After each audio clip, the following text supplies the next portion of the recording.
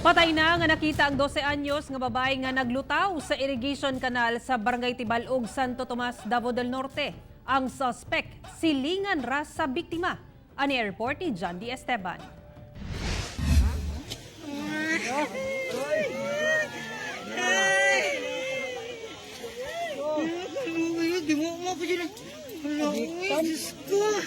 Mismong ang amahan sa 12 anyos nga babae ang nakakita sa iyahang anak nga patay nang naglutaw sa irrigation canal sa Purok 3C, Barangay Tibalog, Santo Tomas, Davao del Norte.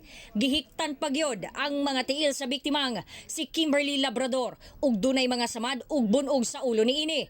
Nakuratan gayod ang tanan sa gidangatan sa biktima, labi pa nga buotang bata kuno kini.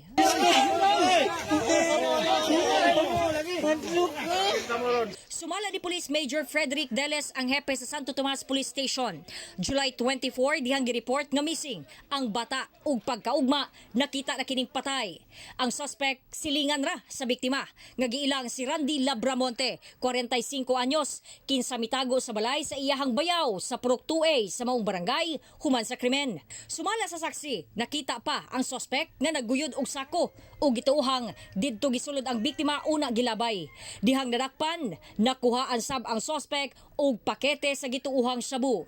Ang bata ipailawom sa autopsy aron masuta kung na-rape ba kini una gipatay. Wala pa'y pahayag ang suspect ug ang pamilya sa biktima.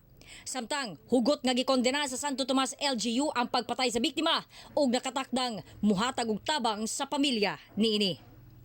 Ako si John D. Esteban para sa One Mindanao.